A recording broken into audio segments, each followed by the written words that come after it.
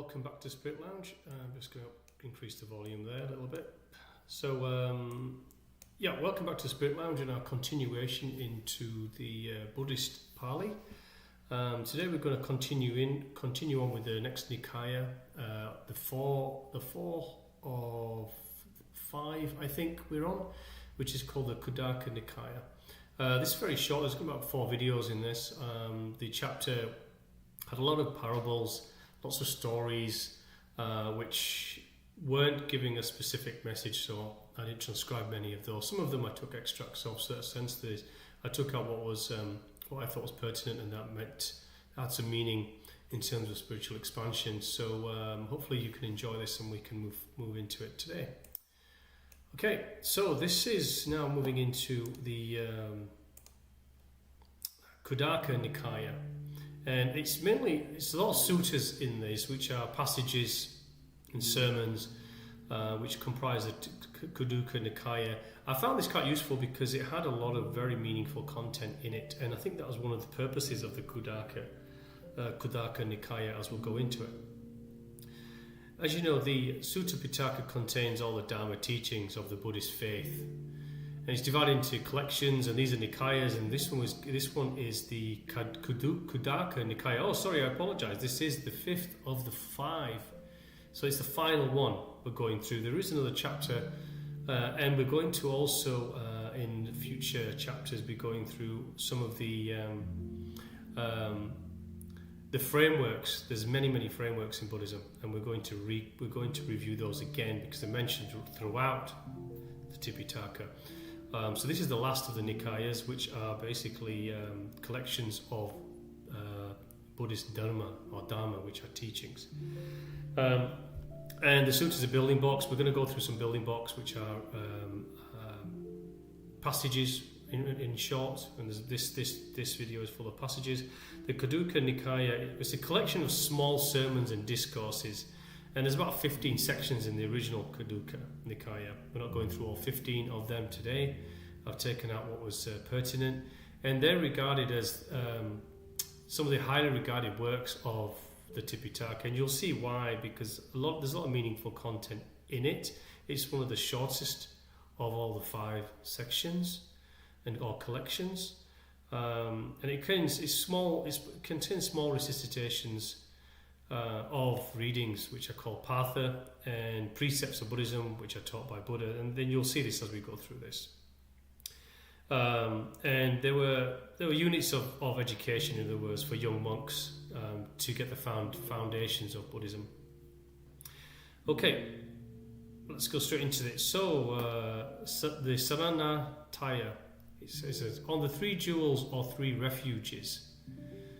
The refuges are the Buddha, the teachings, and the Sangha, which is the Buddhist community itself. If we translate this to the wider picture, which is what I try to do at all times, is translate into the wider picture. And that is, the refuges are any spiritual practice, and it's effectively the transition of the soul into the vibration of the divine breath of the Father, which is the Spirit. So it doesn't matter whether it's Buddhism or Christianity or Islam or whatever it may be. The jewel is that you're passing through the teaching or the expansion, that whatever it is you're choosing at this time to walk through. Remember, never stay on any stone. There are many spokes on the wheel that all lead to the center. You need to traverse as many that are on yours. There are many spokes that are on the internal aspect of your wheel. The Dhamma are the teachings that they all offer. The Sangha is a community. This is like minds. Doesn't mean you go into a religious community or forest spiritual community or anything like that. You don't need to be a follower. I don't ever promote being a follower. But learn from all aspects. The lotus flower, as I mentioned, has many petals. You need to unfold each petal for you to see the golden center in the middle. And that's what the community will be. Your community will be those that you will pass through, those who you will befriend, the changes of your companionships along your passage. But always remember that a passage at the end will always be yourself on your largest stone. Taking the first refuge is a symbolic act of humility and homage. That's true. By following a spiritual journey and going on teachings, you are humbling yourself to know that you do not know everything, and there is much to learn. Taking the second refuge is a symbolic act of accepting the Buddha's correct view. I wouldn't say correct view, it's a view. It's one of many views, as I mentioned, many petals. And the third one is surrounding yourself, I would suggest, with those who can support you within your passage, where you can have that spiritual discourse and that can move along this journey with you towards the light at the end. Okay, the Kuddakapatha, the 10 precepts, rules to be followed by Buddhist practitioners or anyone on a spiritual practice, to avoid and refrain from killing, stealing, sexual lust or sexual activity. I would say that excessive obsession with sexual activity, lying, intoxicating liquors, eating after high noon. This is the notion of fasting. Dancing and music and entertainments. Well, this is I would say this is the practice where this is a punishing practice of spirituality, as those who are religious sects, where they feel suffering. Abject suffering is the way to the Father. It is not. Yes, going to dancing and music and entertainments, that which gives you joy. Joy is along the passage as well. This aspect of depriving oneself of every single thing, no matter what it is, if it brings any form of joy, is the self-flagellation is not required. Adorning, perfume, fashion, all in balance. We are living in a modern world. Sitting on high chairs, again this is taken from the time if this was written, and comfortable beds. They were all mostly sleeping on mats back then. But again, take all this with a pinch of salt, but this is effectively, in short, asking us to move towards a more controlled and balanced life.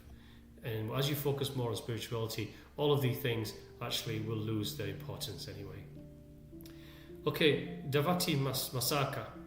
32 parts of the body: head, body, hair, finger, toenails, lips, skin, flesh, tendons and muscles, bone marrow, kidney, heart, liver, membranes, lungs, spleen, bowels, internal membranes, stomach, excrement, bile, brain, phlegm, pus, sweat, fat, tears, blood, saliva, mucus, etc. It goes on into all 32, and I didn't want to list them all because you can imagine it's just about everything.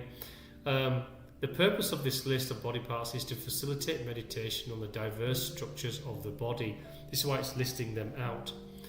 And to know it's known as repulsiveness meditation, which is effectively serving the purpose.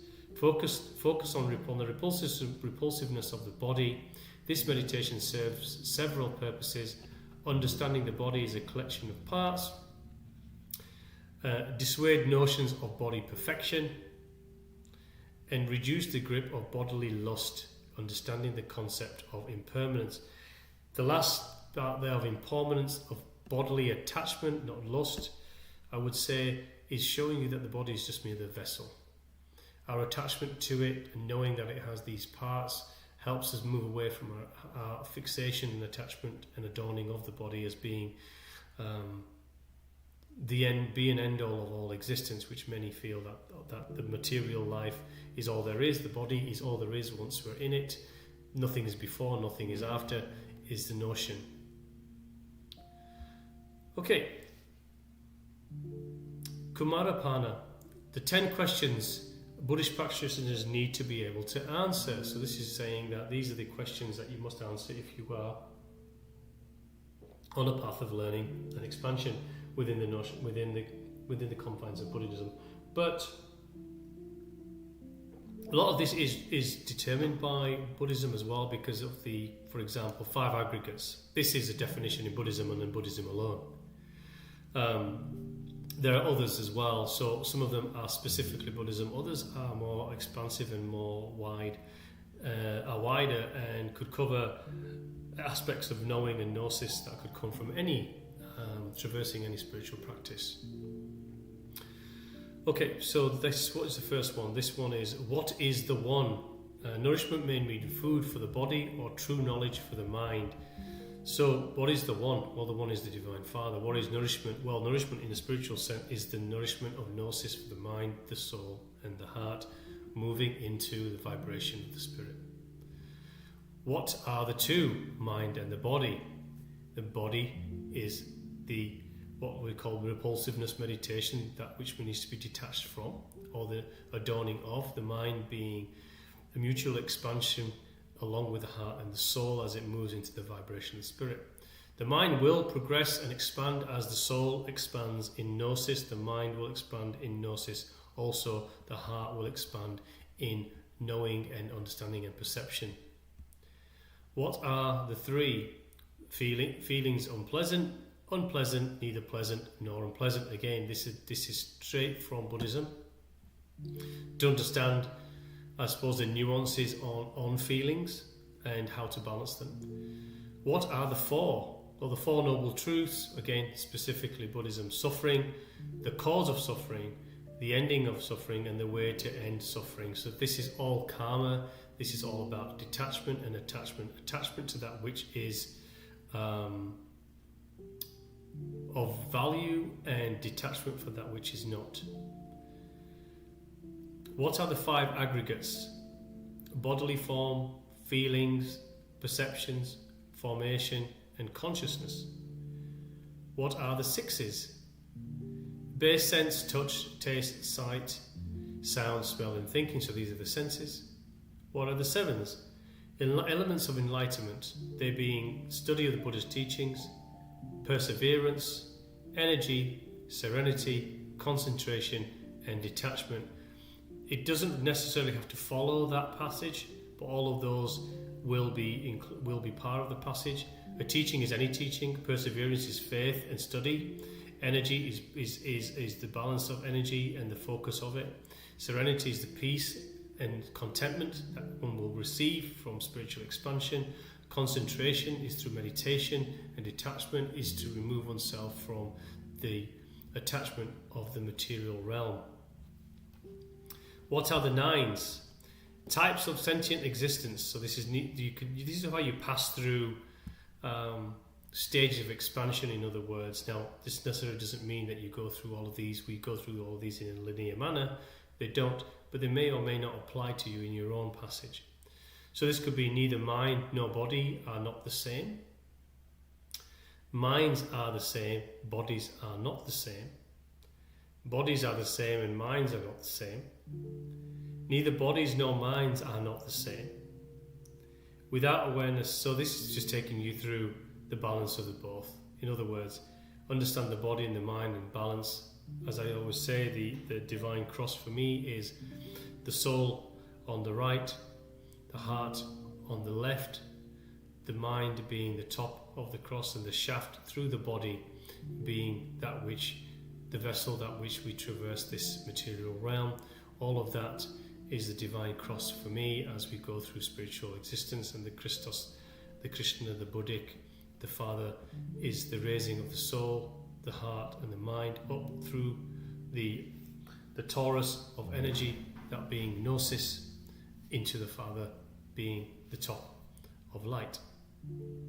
Without awareness of form and awareness of infinite time and space, beyond the infinite of time and space, with pure infinite consciousness, understanding of emptiness, the sphere of awareness without externality, having lack of consciousness, cycling through consciousness and lack of consciousness, beyond the nine lies the realm of Nibbana. So this is essentially, it's taking you through gnosis and the expansion of perception here. So it's taking you through beyond the awareness and gnosis, the perception of form, into time and space.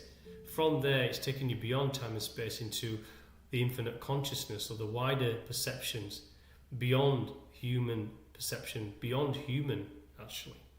To step outside the earth, step outside humanity and look upon it. Understanding the plane of emptiness, which is nothingness, where the true realm of grace really exists. Everything is manifest through thought. The sphere of awareness without externality or internality. Having a lack of consciousness, going beyond it, cycling through into the realm of Nibbana, which is gnosis. Remember, in the realm of matter, we just need to be evolved enough to remove ourselves from the realm of physical space.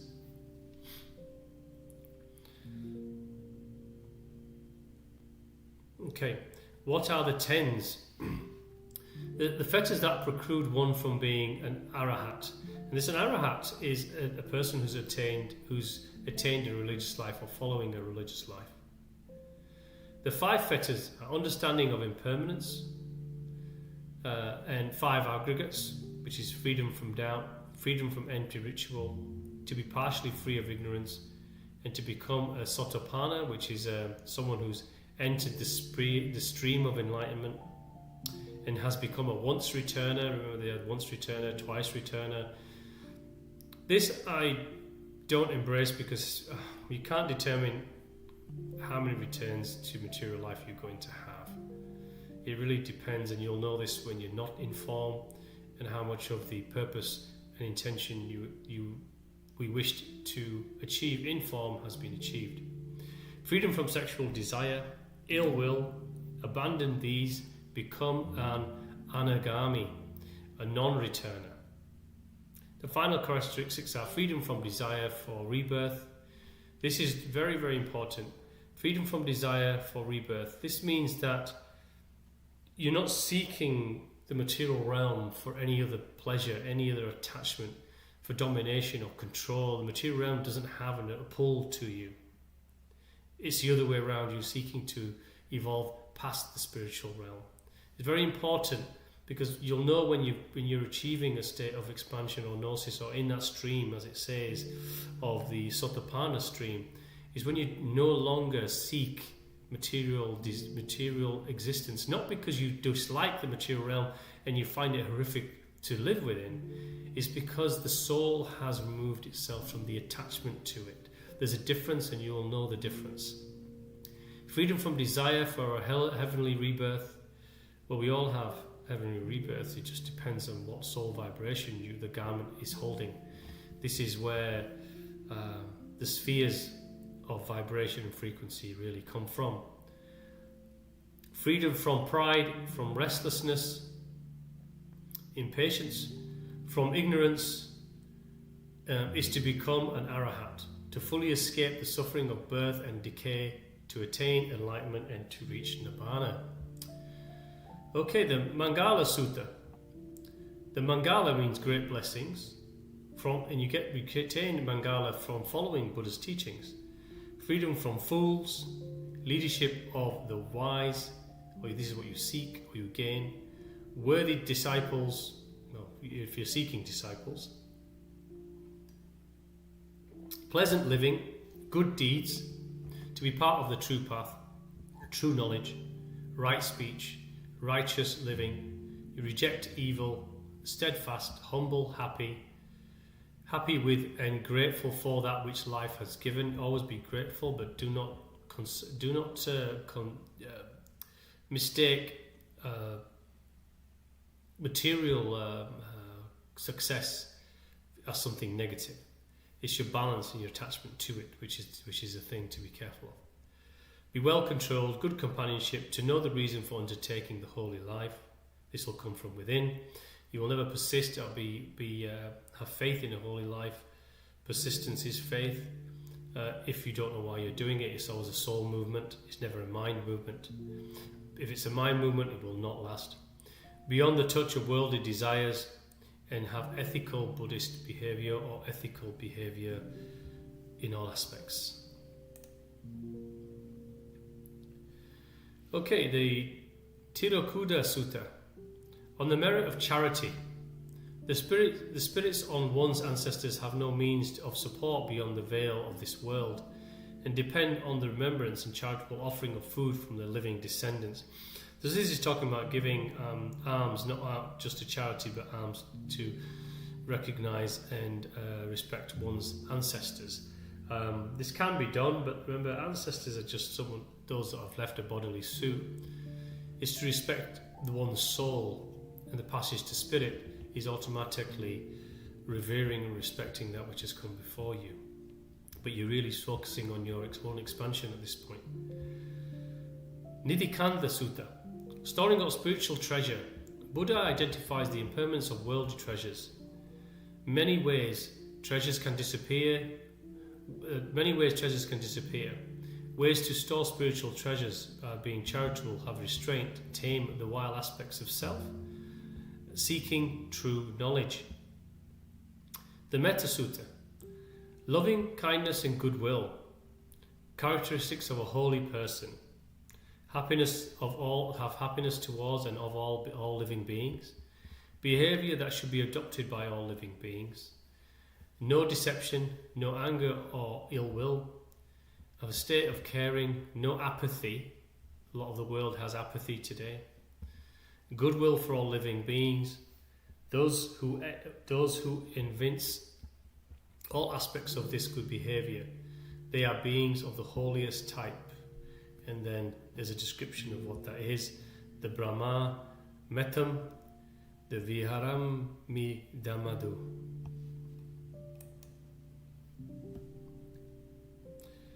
Okay, the Dhammapatha, 26 sections or chapters in this. It has lots of vargas, which are chapters. And I'm going through one or two of them here. The 423rd Sutta, or Varga, serves as the perfect entry point for newcomers to Buddhism. Two of the most loved of the verses ever spoken by the Buddha are verses 153 and 154, which he uttered upon first attaining enlightenment, and which contain the Buddha's promise of victory over suffering for all who honestly and diligently follow the Buddha's teachings. And so, 153, what is that? I've summarized it as follows.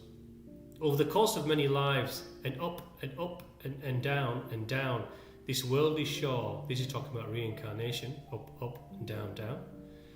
This worldly shore, I have sought the architect of this human body, this house of flesh and bone, this mortal coil. The cycle of birth and decay is full of suffering. Well, I want to kind of give a different aspect to this thing, suffering. What is suffering? Suffering is really just when you're not following your intention and your purpose, where you're not in that narrow channel, really. I feel all suffering is just loss, isn't it? It's where you are having material and physical suffering in this material world by its attachment to it and absorbing and allowing yourself to drop into this material world, which will capture you and will make you suffer. Because you can never have enough, you'll always be taken away. The material realm is not here for you to prosper. It's going to be difficult. My own experience is when I drop into the material realm and I lose myself in humanity, in humanness, in the realm of humanity, then I lose myself. And I have suffering in terms of I lose myself. I have no fulfillment in existence. There is no purpose. There's no intention, there is no direction, there is just existence, and there is a daily 24-hour existence. This is the nature of suffering. And when dropping into that, there are derivatives, infinite amounts of derivatives of further loss, which leads to further pain, further loss, further experiences that we don't desire, which we call suffering. Moving into your own spiritual path, for what that means to you, and going into the narrow channel towards the Father will, I promise you, remove all of that, because the path starts to be laid before you, and that which you need, that which you seek and have chased so energetically within the material space will be given and offered to you in this path. This is, without doubt, I can promise you this, because it's happened to me many a time. So I would take that away if from this. 154. But now the architect has been glimpsed. O worldly desires, you will have no chance to remake this house of this body. The rafters of attachment are cracked. The ceiling beam of ignorance is split. I am beyond your reach. O worldly desires, I have crossed over the ocean of sorrow and arrived upon the quiet shore of Nibbana. So what is this architect? What is the architect of this body? It is desire. It is attachment. It is this material realm. It is humanness. It is dropping into matter. It is living in matter, living in the mind, living in the ego, into self, virtuous self, righteous self. It is that which pulls you down into the body. This is the architect of the body. The repeating existence of the body is the architect called desire, attachment, the desire for further material existence, the desire for governance, domination, greed, power, lust, all of these things that we lose ourselves in as humanity and seek spiritual purpose in, that we cannot find it in there, we have to find it beyond. And this is the architect. There is no architect. The architect here in this definition is that desire and attachment. Verse 183 is also powerful. The teaching of the Buddha is this: avoid evil, embrace good, and purify your thoughts. The paramount importance of controlling thoughts is also revealed in the very first verse of the Dhammapada. This verse also gives an excellent explanation of the working of karma. And 1:1 it says, all that we are is the result of what we have thought. Absolutely, without doubt, is true. This is a tried and tested and known fact. It is founded on our thoughts. It is made up of our thoughts.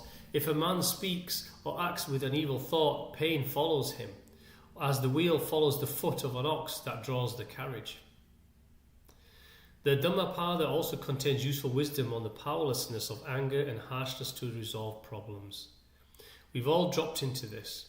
I've dropped into this recently, where I've lost myself after periods of stress and disharmony, and have regretted that behaviour. But it's recognising it and ensuring not to do it again. Hatred cannot be ended by hatred. Hatred is ended by love. This is an ancient truth. But remember, you are in this world to act also. As your soul, your heart and your mind move in to the stream of consciousness of grace and the Father, your actions, words and thoughts and intentions will also change, and therefore the world will change. The body is here to act. You're in a body to act. This is the nature of the physical world. To act through grace, not through mind or fear or programming of this world. The Buddhist principle or impermanence. All living things must perish. Those who know this and understand this become stalled in suffering. This is the path to purity. All living things must know grief and pain. Become stoic in suffering, i.e. know it will go away. If it's there, confront it, but do what needs to be done to remove it, which is, of course, moving into the light of grace within the spiritual practice. This is the path to purity. All bodies are illusions. Those who know this path is the path to purity. Everyone must make an effort. The Buddha and the awakened ones are but teachers. Exactly. They're not here for you to follow and kiss the feet of and be nothing but a follower and lesser than. The thoughtful ones who follow the Noble Eight Path are freed from evil temptation. You are your own church, you are your own teacher, you are your own guide, you are the master of your passage to the Father. These, the Buddha and all other avatars, Yeshua, Jesus, Krishna, all others, whatever you may follow, are there as teachers only. Become an awakened one yourself. Due to the nature of man, understanding does not always follow in the wake of universal truth. This is true. It is always best to do as the Buddha suggests, to pursue one's own investigation into the quality of his teachings. I couldn't agree more there. This is exactly what we've been talking about for all of the videos.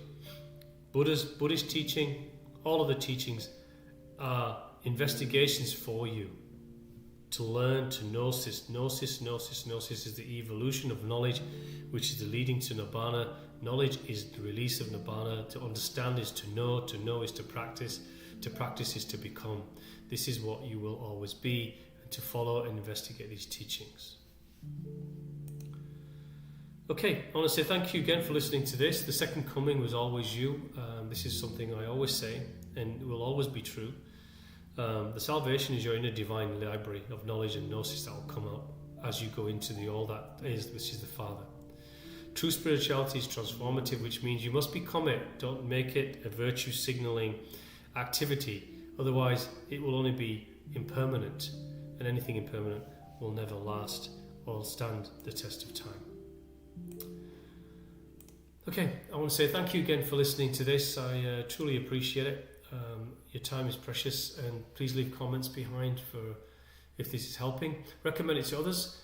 If this channel is useful to them, we are going to traverse much more beyond Buddhism as we have done already. There's a lot to come, and I want to say God bless you all, and thank you for listening. Until next time, thank you.